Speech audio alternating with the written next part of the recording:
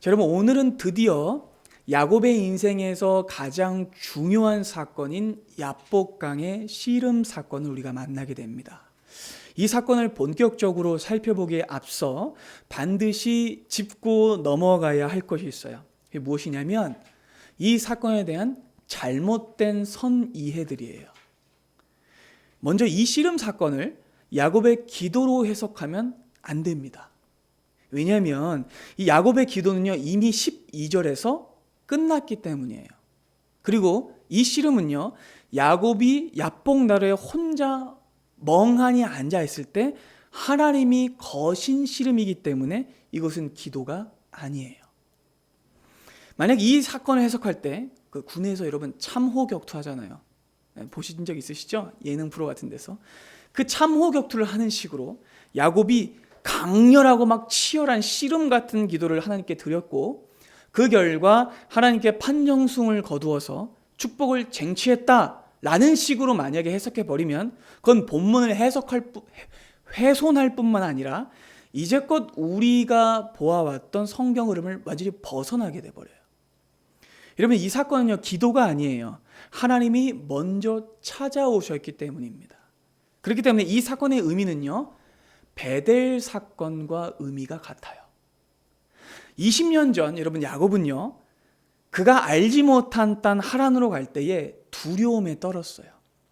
그리고 긴 밤을 보냈죠. 그때 하나님이 어떻게 하셨어요? 찾아오셨죠. 하나님께서는 두려워 떨던 야곱을 위로하셨고 하나님이 세우신 계획을 전해주셨으며 그에게 축복을 주시고 마침내 이 언약의 땅으로 돌아오게 하실 것이라고 약속하셨어요.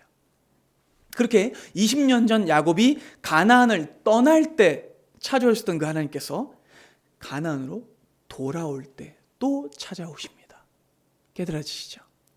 왜냐하면 그가 여전히 두려워하고 있기 때문이고 여전히 불신앙으로 행동하고 있기 때문입니다. 그리고 그가 여전히 자기 방식으로 가나안을 들여가려고 하기 때문이에요. 여전히 야곱은요 자기의 집을 세우려고 하는 거예요. 여러분 야곱 단락의 주제가 뭐죠? 하나님의 집입니다. 하나님께서는 야곱을 하나님의 집으로 세우길 원하셨고 그래서 야곱이 통제할 수 있던 장소와 시간을 떠나서 낯선 공간인 하란, 낯선 시간인 카이로스로 인도하셨죠. 이 모든 과정은 야곱을 하나님의 집으로 세우기 위한 하나님의 계획이었어요. 그런데 야곱은요 계속해서 하나님의 나라와 하나님의 집이 되기를 거부하고 자기의 나라와 자기의 집을 세우려고 해요. 그는 하란에 머무는 동안도 자기 방법을 맹신했고 심지어는 하란을 떠날 때도 자기 방법을 썼습니다. 그렇죠. 그래서 영광된 석방이 어떻게 돼버렸어요? 초라한 도주가 돼버렸죠. 라반이 추격했고 그는 죽을 위기를 겪습니다. 만약 이때 하나님께서 나서지 않으셨으면 야곱은 그냥 길르앗산의 변사체로 발견됐을 거예요. 그렇다면 여러분 야곱은 이제 이후로는 어떻게 돼요? 이전까지는 그렇게 살았다고 쳐요. 그렇죠? 그러면 이제는 약속의 땅으로 돌아오잖아요. 그럼 약속의 땅으로 돌아올 때는 어떻게 해야 될까요? 더 이상은 사람의 방법을 쓰면 안 되는 거예요.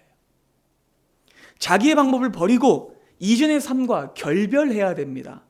그 못된 습관을 끊어내야 돼요. 그래서 하나님께서는요 마하나임이라는 두 군대를 파송하신 거죠. 내가 너를 환영한다.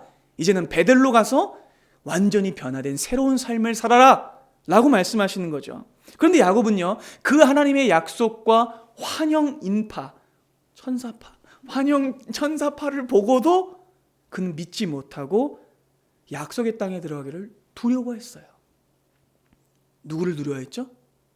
에서를 두려워합니다. 그래서 에서에게 굳이 사자를 보내 염탐을 시도해죠. 그래서 영광된 귀환이 비굴한 염탐이 돼버리고 말죠. 야곱은요 하나님의 출입 명령이 귀환 명령이 내려졌음에도 하나님이 아니라 에서에게 찾아가서 귀환을 허락받으려고 하는 거예요. 여러분 지도를 하나 같이 보시죠.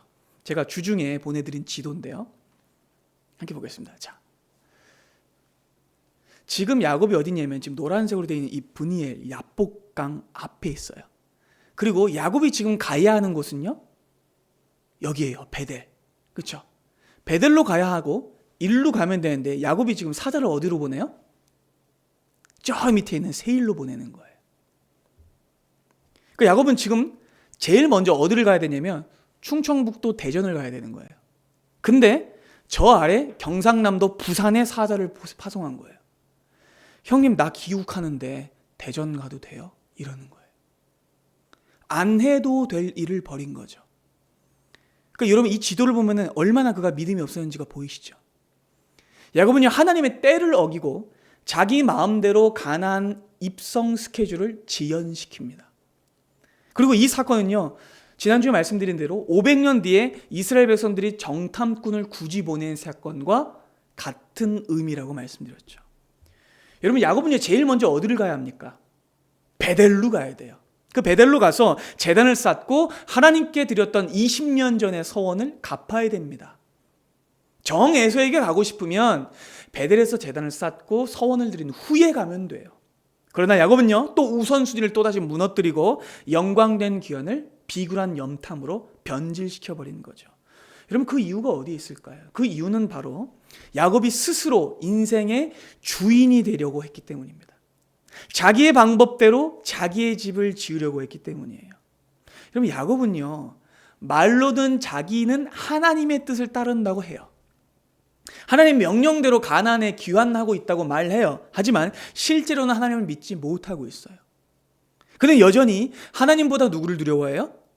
에서를 두려워하는 거죠. 지금도 그는 인간을 두려워하고 인간의 방법을 쓰고 있어요. 그리고 그 사실은요, 야곱이 에서와 하나님을 모두 주라고 부르고 있다는 사실에서 드러납니다. 여러분, 야곱이 왜 에서도 주로 부르고 하나님도 주라고 부르고 있을까요? 정말로 그의 주인이 둘이라서 그런 걸까요? 아닙니다. 야곱이 에서와 하나님을 둘 다 주라고 부른 이유는 실은 그 자신이 인생의 주인이기 때문입니다. 그러니까 오늘 이 사건을 통해서 성경은요, 믿음 없는 우리도 함께 고발하고 있는 거예요. 많은 사람들이 예수를 주라고 고백합니다. 하지만 그들은 여전히 다른 것을 주인으로 섬겨요. 왜요? 나 자신이 주인이기 때문입니다. 그래서 자기의 필요에 따라 사람들은 주인을 바꿉니다. 어떨 때는 돈이 주인이 됐다가, 어떨 때는 명예가 주인이 됐다가, 어떨 때는 하나님이 주인이 됐다가, 어떨 때는 또 자기 부동산이 주인이 됐다가.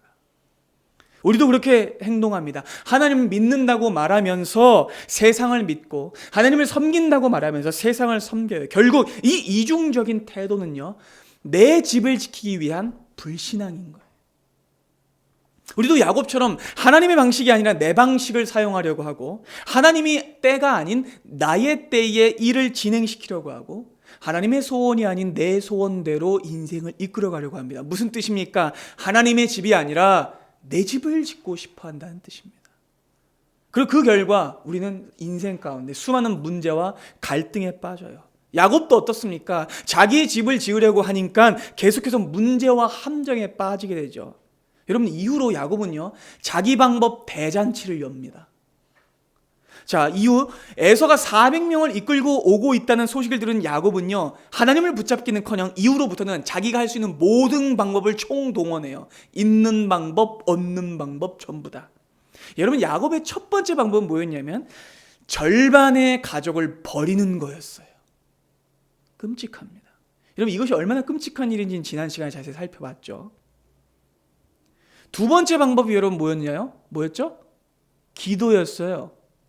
근데 여러분, 이 기도가 저건 중요한 기도가 아니라고 말씀드렸죠. 자기 방법을 전부 다 취하고 난 뒤에 드렸던 기도였기 때문에 이 기도는 진실된 기도가 아닌 거예요. 그러니까 9절부터 12절에 등장하는 기도는요, 우리의 불신앙을 또 한 번 폭로하는 거예요. 여러분, 이 기도는요, 문자적으로는요, 흠잡을 데 없는 기도예요. 그런데 이 기도의 문자적인 껍데기를 벗겨보면 그 안에는 아무것도 없어요. 하나님이 주신 처자식 절반을 사지로 몰아넣고 그런 다음에 드리는 기도가 기도라고 할 수 있을까요? 다만 종교적인 언어와 성경적인 고백으로 치장되어 있다고 해서 그게 기도는 아니에요. 매끄럽고 잘 짜여진 기도의 내면에 불신앙과 두려움이 가득 차 있고 그 기도를 하는 중에도 여전히 사람의 방법을 취하고 있다면 그건 바른 기도가 아닌 거예요. 다른 종교에도 다 기도 있어요. 믿는 자의 기도가 어때야 합니까? 지금 야곱이 하고 있는 기도는 잘못된 기도예요. 그러니까 여러분, 이 기도를 드렸음에도 두 번째 방법이 기도예요. 두 번째 방법이 기도를 썼는데도 마음이 진정이 안 되는 거예요. 그러니까 또다시 세 번째 방법을 쓰는데 자기가 쓸 수 있는 최고의 방법입니다. 세 번째로 야곱은요, 엄청난 선물 보따리를 여러 개 준비합니다. 물량공세죠. 13절부터 여러분 볼까요? 야곱이 거기서 밤을 지새입니다. 기도를 해도 마음이 안 나아져요. 그러니까 그 소유 중에서 에서를 위해서 예물을 택하는데 제일 좋은 것들 고르는 거예요. 암염소가 200, 순염소가 20, 암양이 200, 순양이 20, 낙타 젖나는 것이 30, 그리고 새끼, 암소가 40, 황소가 10, 암나귀가 20, 그 새끼 나귀가 10인데 이걸 전부 다 에서에게 주려고 하는 거예요. 여러분, 이때 당시에 이 정도는요 엄청난 양이에요. 당시에 아무리 그 돈이 있고 힘이 많은 왕이라고 해도 이 정도 조공을 받지는 않았어요. 그러니까 어마어마한 양인 거예요. 근데 그것들 어떻게 해요? 각각 다 때로 나눠서 여러 꾸러미로 만듭니다. 아마 저거를 이제 종류별로 나눠서 한 너댓 꾸러미 정도가 됐을 거예요. 그리고 종류대로 한 거죠. 여러분, 그 SM에서 그 아이돌들 만드는 방법이 그거잖아요. 이 중에 너희들이 좋아하는 사람 한 명은 있겠지. 이거잖아요. 자, 에서에게 보낸 이 선물 꾸러미가 형이 좋아하는 거 하나는 있겠지. 아주 다채롭게 준비를 합니다. 대단한 분량이에요. 엄청나게 이 조공을 바치는데 묶음마다 하나씩을 묶어서 에서에게 바치면서 꼭 이렇게 말하라고 하죠. 저의 주인이신 야곱이 주인의 주인이신 에서님께 보내는 선물입니다 라고 말하는 거죠. 그렇게 해서 야곱은요, 그 선물을 통해서 20절, 형의 감정을 푼 다음에 형과 얼굴을 마주할 수 있지 않을까 기대했다고 합니다. 여러분, 이 장면을요 제가 두 문장으로 바꿔서 요약해 볼게요. 야곱은 재물로 자기 생명을 구하려고 합니다. 야곱은 재물을 써서 약속의 땅에 들어가려고 합니다. 여러분, 뭐가 잘못된지 아시겠죠? 야곱은 지금 물질로 자기의 생명을 구하려고 해요. 물질로 구원을 얻으려고 하고 물질로 약속의 땅인 가나안에 들어가려고 합니다. 돈으로 구원을 사려고 하고 있어요. 그는 단단히 잘못 판단하고 있는 거예요. 약속의 땅의 주인은 에서가 아니고 여호와 하나님이세요. 그러면 야곱이 가나안 땅에 들어가기 위해서 누구와 결판을 내야 됩니까? 하나님과. 그런데 그는요, 그 땅에 들어가기 위해서 에서에게, 거에게 조공과 재물을 바칩니다. 그에게 살려달라고 구걸하는 거죠. 그러나 성경은 이렇게 말씀합니다. 재물은 절대로 사람을 구원하지 못한다. 아무리 많은 재물을 바친다고 해도 죄인은 절대로 그 죄를 용서받을 수 없습니다. 시편 49편은요 이 엄중한 진리를 이렇게 가르쳐요. 함께 읽을까요? 자기의 재물을 의지하고 부유함을 자랑하는 자는 아무도 자기의 형제를 구원하지 못하며 그 자신을 위한 속전도 하나님께 바치지 못할 것은 그들의 생명을 속량하는 값이 너무 엄청나서 영원히 마련하지 못할 것임이니라. 그런데 야곱은요 재물을 바쳐서 구원을 얻으려고 하고 재물을 바쳐서 생명을 얻으려고 하고 재물을 바쳐서 약속의 땅에 들어가려고 하는 거예요. 그런데 여러분, 이렇게 준비를 했음에도 야곱의 마음이 편해졌을까요? 아니요. 그것도 알죠. 본능적으로 아는 거예요. 이것이 나에게 생명을 주지 못한다는 걸. 그래서 마지막 방법을 쓰는데 마지막 방법은요 초라하기 이를 데 없습니다. 마지막 방법은 무엇이냐면 맨 뒤에 숨는 거였어요. 더 이상 자기의 방법을 신뢰할 수 없었던 야곱은요 자기 목숨 하나 구하기 위해 이제는 모든 가족을 자기의 방패로 삼습니다. 그래서 전부 앞서 보낸 다음에 혼자 강을 건너지 않고 강 건너에서 숨습니다. 21절부터 보겠습니다. 그 예물은 그의 앞서 보내고 그는 무리 가운데서 밤을 지새다가 밤에 일어나 두 아내와 두 여종과 11 아들을 인도하여 야복로를 건너게 하고 그들을 인도하여 시내를 건너가게 하며 그의 소유도 건너가게 하고 야곱만 홀로 남았어요. 여러분 보세요. 이 장면은요, 야곱이 어떤 사람인지를 가장 적나라하게 보여주는 장면이에요. 그는요, 약속의 땅으로 귀환하는 그 영광된 귀환 행렬 중에 어디에 있어요? 맨 뒤에 있어요. 약속의 땅에 들어가는데 하나님의 위대한 귀한 명령이 내려졌는데 언약 계승자가, 메시아의 조상이라는 자가 무리를 이끌고 담대하게 들어가는 것이 아니라 저 맨 뒤에서 숨어 있는 거예요. 그렇게 한없이 쪼그라들어서 혼자만 살기 위해 꽁지에 붙어 있는 거예요. 그는 하나님이 주신 처자식 다 버리고 혼자만 살려고 강 건너편에 홀로 남아 있습니다. 추하디 추하고 말이 아까워요. 욕도 아까울 정도로 그는 비겁합니다. 여러분, 이 장면은요, 야곱의 인생 전체에서 가장 초라한 장면입니다. 그리고 현재의 그와 그의 실제 정체성을 가장 잘 설명해주는 그림이에요. 여기서 그의 정체가 드러나는 거예요. 여러분, 야곱은 이제껏 어떤 사람이었어요? 뭘 원했던 사람이었어요? 그는 1등을 하고 싶었던 사람이었어요. 형을 이기고 싶어 했습니다. 언제나 앞장서고 싶어 했어요. 자기의 집을 휘황찬란하게 짓고 싶었던 사람이었어요. 누구보다 잘 나가고 싶었던, 대장하고 싶었던 사람이었어요. 그런데 그랬던 그가 위험한 상황이 되자 제일 뒤로, 맨 끝으로, 꽁지로 숨어버립니다. 처자식 다 버리고 혼자만 살려고 강 건너에서 두려워서 덜덜 떨고 있어요.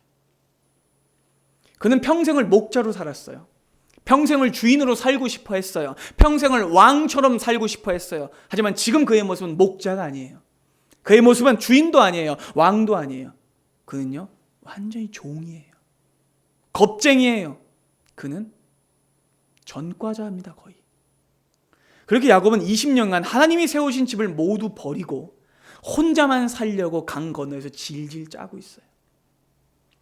하나님이 주신 자선, 이 가정, 그리고 이것들을 모두 버리고 자기 생명 하나만 구하려고 강 건너로 피신해 있는데 실은 자기 목숨 하나도 못 구하는 상황인 거예요. 그렇게 그는요, 하나님의 약속을 받은 자답지 못하게 세상에서 가장 초라한 모습으로 쪼그라들어져 있어요. 그런데 그때 못난 가장으로, 자식을 버린 부모로, 양들을 버린 목자의 모습으로, 가장 비겁한 모습으로 초라하게 버려져 있을 때 그때 누가 찾아오시는 거예요? 하나님이 찾아오시는 거예요. 그 가장 약해진 순간, 가장 비겁해진 순간, 가장 쪼그라들었던 순간, 그때 하나님이 찾아오셔서 그에게 무엇을 거세요? 씨름을 거시는 거예요. 그다음에 여러분, 이 씨름은요, 어떤 씨름일까요? 이 씨름은 생명이 걸린 씨름입니다. 이 씨름은 구원이 걸린 씨름입니다. 이 씨름은 온 가족의 생사와 하나님의 구원 계획이 걸린 씨름입니다. 그리고 이 씨름을 거심으로써 하나님께서 이렇게 말씀하시는 거예요. 야곱아, 이제 그만해라. 이제 너의 삶의 주도권을 내려놓아라. 나에게 그 주도권을 넘겨라. 너는 구원을 만들어내지 못한다. 너는 생명을 만들어내지 못한다.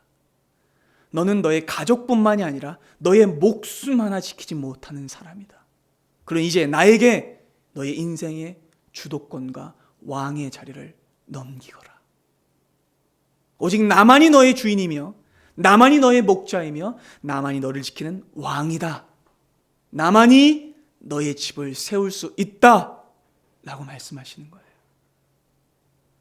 그래서 하나님께서는 이 일생일대의 씨름을 야곱에게 걸어오신 거예요. 그러니 여러분, 이 씨름으로 결판이 날 거예요.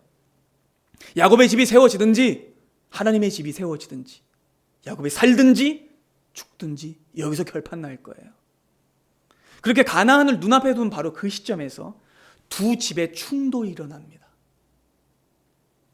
하나님과 야곱 사이에 인생 씨름이 걸리게 됩니다. 여러분, 사실 야곱의 인생은요, 그 전체가 씨름이었어요. 생각해 보세요. 야곱은 날 때부터 어머니의 뱃속에서부터 씨름을 했습니다. 형을 이기고 싶어 했죠. 그의 고달픈 씨름 인생은 엄마 뱃속에서부터 시작되었고, 그는 태어난 후에도 형을 이기기 위해서 늘 인정과 우선됨과 장자됨을 위해서 그는 씨름했던 사람이에요. 그러다가 하란에 와서는 또 어땠습니까? 20년 동안 내내 라반과 씨름했죠. 누가 더 뛰어난 사기꾼인가? 누가 더 뛰어난 꾀돌인가? 싸웠습니다. 그랬던 야곱이 이제 20년 만에 가나안에 돌아오게 되는데 또 씨름을 하려는 거예요. 누구와? 에서와 씨름하려는 거예요. 근데 그 씨름이 시합이 됩니까? 안 됩니까? 안 되죠.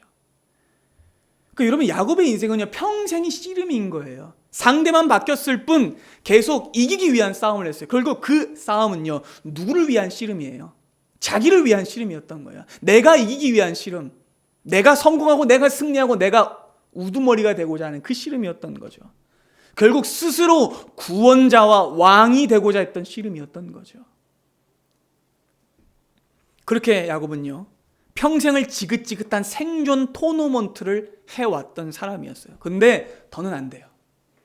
그 긴 시간 돌아 이 씨름만 해온 그의 인생은 더 이상 소모적이고 불신앙으로 흘러가서는 안 됩니다. 그래서 하나님께서는 약속의 땅에 들어가기 전에 반드시 그가 그 인생의 주도권을 포기하게 하시기 위해서 그가 해왔던 방식을 차용하셔서 그가 익숙했던 방식으로 씨름을 걸어오시는 거예요. 그런데 이 씨름을 거시는 이유는 이 씨름을 그만해라 라는 이유죠. 그러니까 여러분, 이 씨름은요, 인생의 진짜 주인과 진짜 목자를 정하자고 하나님께서 걸어오신 씨름인 거죠. 근데 여러분, 이 씨름은요, 이미 하나님이 봐주고 시작하신 씨름이에요. 그렇지 않습니까? 여러분, 이때 야곱의 나이가 몇 살이냐면 97이에요. 97세. 여러분, 그러니까 성경이 아주 예민하죠. 아브라함이 아이를 낳던 때가 100살이었죠. 그러니까 이때 97세에 야곱은요, 이 회심의 지점을 겪게 됩니다. 굉장히 중요한 지점이에요. 근데 여러분, 이 97세가 된 할아버지와 하나님이 씨름을 이게 하실 일입니까, 여러분? 말이 안 되죠. 내일 모레 100살인 노쇠한 할아버지와 하나님이 씨름을 하실 필요가 없어요. 물리적인 힘이 엇비슷하지도 않아요. 하나님이 이 방법을 사용하신 이유는 은혜인 거예요. 그러니까 하나님께서 이 순간 반드시 야곱을 꺾으셔야 하지만 물리적인 힘으로 강하게 하시지 않는 거예요. 억지로 하지 않으시는 거예요. 이 절체절명의 순간에도 하나님은요, 그와 눈높이를 맞추셔서 그의 수준이 되셔서 성육신, 인간의 몸으로 그를 상대해 주시는 거예요. 인간의 몸으로. 그러니까 우리는 여기서 성육신하기 전에 예수 그리스도를 보게 되는 겁니다. 육체를 가지고 찾아오셨어요. 그런데 여러분, 야곱은요, 하나님께서 찾아오셔서 씨름을 하시는데 도통 포기하지 않아요. 날이 새도록 씨름을 했는데도 그는 자기의 방법을 포기하지 않는 거예요. 내가 내 인생의 주인이라고, 내가 내 인생을 끝까지 주도할 거라고 그는요, 놓지 않아요. 용을 쓰고 악다군이 서서 대들고 그분이 하나님이신 걸 알고도 어떻게든 하나님을 이겨먹으려고 해요. 그리고 그 결과 하나님께 야곱은요, 환도뼈를 쳐서 맞습니다. 24절부터 봅니다. 야곱은 홀로 남았더니 어떤 사람이 날이 새도록 야곱과 씨름하다가 자기가 야곱을 이기지 못함을 보고, 여러분, 이게 물리적으로 못 이겼다는 뜻입니까?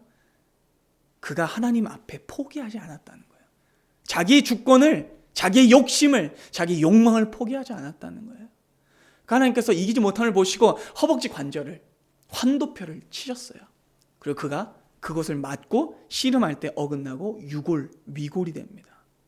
여러분, 이 환도라는 부분요, 허벅다리 뼈인데 고대 남성들이 칼을 차던 부위예요. 그러니까 여러분, 남자의 힘이 허벅지라고도 하고 사람의 힘이 기본적으로 허벅지에 있다고 이야기하잖아요, 그렇죠?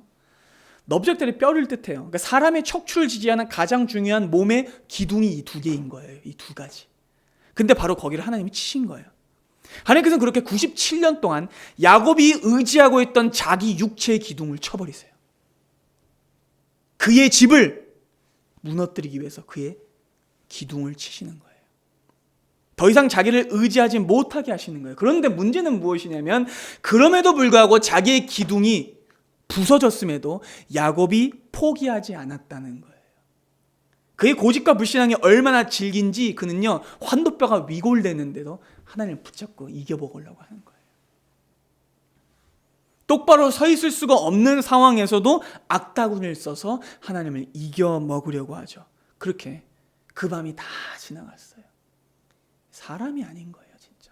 그래서 여러분, 사람의 죄의 본성과 하나님을 이겨 먹으려고 하는 이 악랄한 본성이 이렇게나 지독한 거예요. 이 지긋지긋한 시간을 보내신 하나님께서는요, 동틀 시간이 되자 이렇게 말씀하십니다. 26절 봅니다. 그가 이르되 날이 새려하니 나로 가게 하라. 여러분, 하나님이 왜 이렇게 말씀하신 걸까요? 여러분, 하나님이 신데렐라 아니에요. 시간이 돼서 가시는 거 아닙니다. 하나님께서 이 땅에 머물 시간이 얼마 안 남아서 그렇게 주문이 풀릴까 봐 하신 게 아니에요. 이 말씀은요, 부탁이 아닌 명령입니다. 나를 놓아라. 무슨 뜻이냐면, 야, 너 진짜 구제불능이구나. 그만하자. 나 더 이상 너 못 봐주겠다 하고 떠나시려는 거예요. 외면의 말씀인 거죠. 이제껏 97년 동안 야곱을 내내 기다려주신 하나님이 절체절명의 순간에도 끝까지 자기를 포기하지 않는 야곱, 대든 야곱을 보시고는 이제 그를 포기하려고 하시는 거예요. 네 맘대로 해라. 그리고 그때 야곱이 울면서 이렇게 매달립니다. 26절 하반절입니다. 야곱이 이르되 당신이 내게 축복하지 아니하면 가게 하지 아니하겠나이다. 그럼 야곱은요 깜짝 놀랄 말을 해요. 지금까지 그의 입에서 한 번도 터져나오지 않았던 말, 하나님께 구걸하는 말을 드디어 합니다. 환도뼈가 나가고도 자기의 주도권을 놓치지 않았던 그가 처음으로 하나님께 구하는 거예요.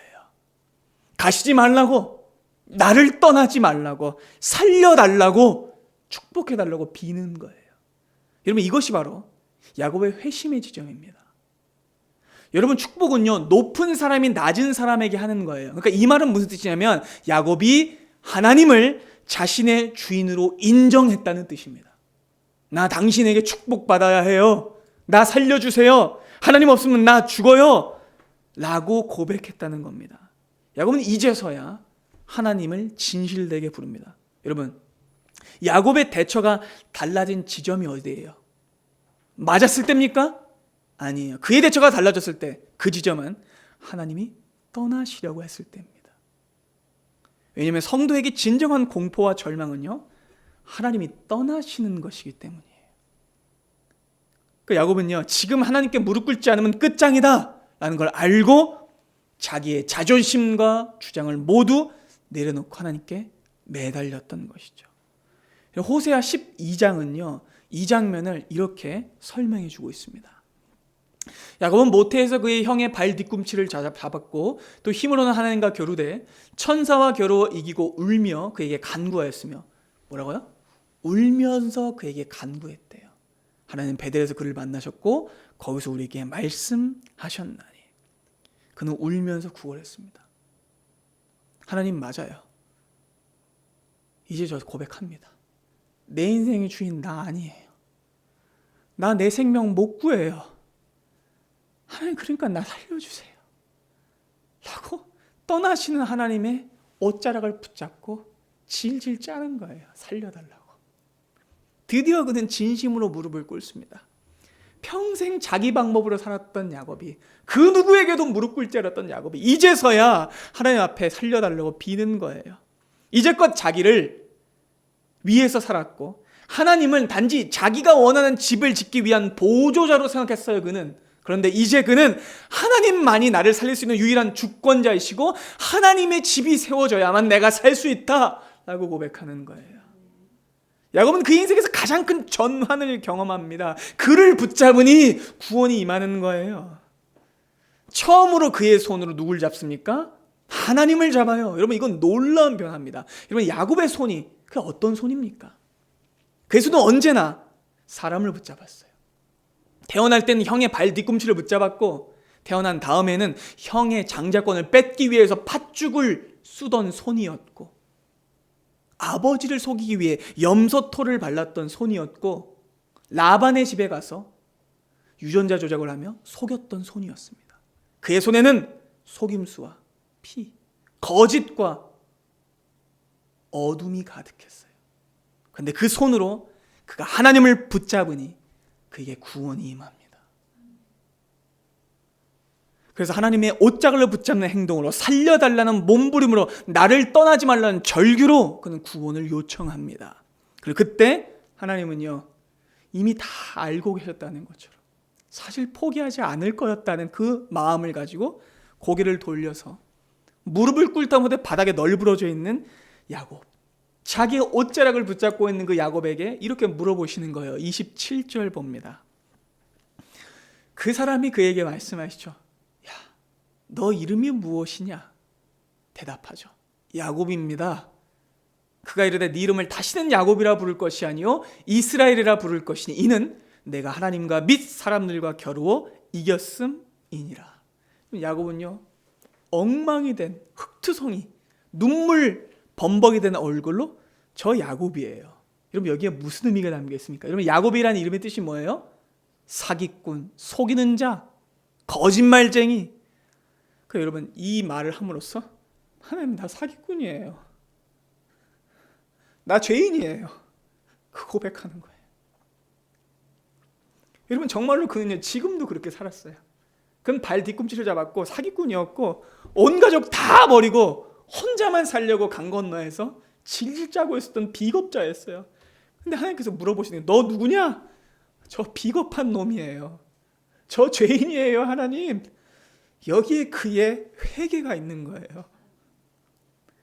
이제까지 그는요 의로운 척했고 하나님을 믿는 척했고 많은 것을 가진 척했어요. 그런데 하나님이 그의 이름을 부르실 때 그가 무너지는 거예요. 아, 나 야곱이지. 나 아무것도 가진 거 없는 사람이지. 하나님 없으면 나는 아무것도 없는 인생이지. 그래서 그는 자기 이름을 자기 입으로 내뱉으면서 그가 완전히 사기꾼임을 깨달아 무너지고 쏟아지게 되는 거예요. 완전히 무너져요. 근데 여러분 놀라운 건요, 야곱이 완전히 무너지자 그때 하나님이 무엇을 주세요? 새로운 이름을 주십니다. 그 이름이 뭐예요? 이스라엘. 하나님이 새로운 정체성을 그에게 주시는 거예요. 그가 무너졌을 때 무너진 게 끝이 아닌 거예요. 그의 자아가 깨어진 것은, 그의 자아의 직신은 새로운 자아를 얻기 위한 회심의 지점이었습니다. 하나님께서 그에게 이스라엘이라는 이름을 주셔서 이제는 완전히 바뀐 인격과 정체성을 갖게 되는 거죠. 여러분 특별히 이 이스라엘이라는 이름에는 여러 가지 해석이 있어요. 하나님과 싸워서 이겼다라는 뜻도 되지만 하나님과 함께 싸우는 자라는 뜻도 되고요. 하나님을 위해 싸우는 자라는 뜻도 됩니다. 그 무슨 뜻이냐면 그가 정말로 하나님의 자녀가 됐다라는 뜻이에요. 야곱은 마침내 자기의 주권을 내려놓고 하나님께 항복했어요. 그러니까 여러분 이긴 분은 누구예요? 하나님이시죠. 그런데 놀랍게도 하나님이 이기셨는데 야곱이 졌다고 고백하자 야곱이 하나님을 이겼다라는 이름을 받아요. 무슨 뜻입니까? 자녀가 됐다는 뜻입니다. 자식 이기는 부모 없어요. 여러분 이해를 돕기 위한 예화입니다. 저의 경험인데요. 몇 년 전에 좀 시간이 좀 지났어요. 제가 아버지와 좀 큰 갈등을 겪은 시간이 있었거든요. 아버지와 좀 갈등이 심해서 거의 한 몇 개월간 대화도 거의 못하고 좀 힘들게 지냈던 시간이 있었어요. 근데 여러분 그렇잖아요. 오해가 쌓이면 더 큰 오해가 되고 불통이 쌓이면 더 큰 불통이 되는 거. 그래서 수개월간 거의 대화가 없이 살았었는데 그러다 제가 한번 폭발하는 일이 있었어요. 그래서 아버지 앞에 처음으로 이렇게 말했어요. 저는 힘들다는 말을 절대로 안 하는 사람인데 그때 이랬어요. 아버지 나 힘들어요. 나 사는 게 너무 힘들어요. 그렇게 얘기하면서 처음으로 내 입으로 힘들었다는 말을 하니까 그때 눈물이 터져가지고 주체할 수가 없는 거예요. 근데 그때 그 말을 딱 듣더니 아버지가 뭐라고 말씀하시냐면 야 이제 네가 내 아들 같다 그러시는 거예요. 힘들다고 말하니까 네가 내 앞에서 약한 모습을 보이니까 이제야 네가 내 아들 같다. 그렇게 하면서 아버지도 한참을 우셨어요. 여러분 자녀란 무엇일까요? 아버지 앞에서 우는 겁니다. 나 못하겠다고, 나 힘들다고 도와달라고 구하는 겁니다. 여러분, 하나님이 왜 우리의 아버지가 되시지 못할까요? 내가 아버지이기 때문입니다. 내가 주인이기 때문입니다. 하나님을 아버지 되시지 못하게 하고 있기 때문입니다. 아버지를 아버지로 인정하지 않고 있기 때문이죠. 여러분, 야곱의 인생이 왜 이렇게 고달팠을까요? 왜 그토록 질기고 아프고 쓸쓸했을까요? 하나님 없이 혼자 하려고 했기 때문이에요. 그 인생을 자기 인생으로 생각했기 때문입니다.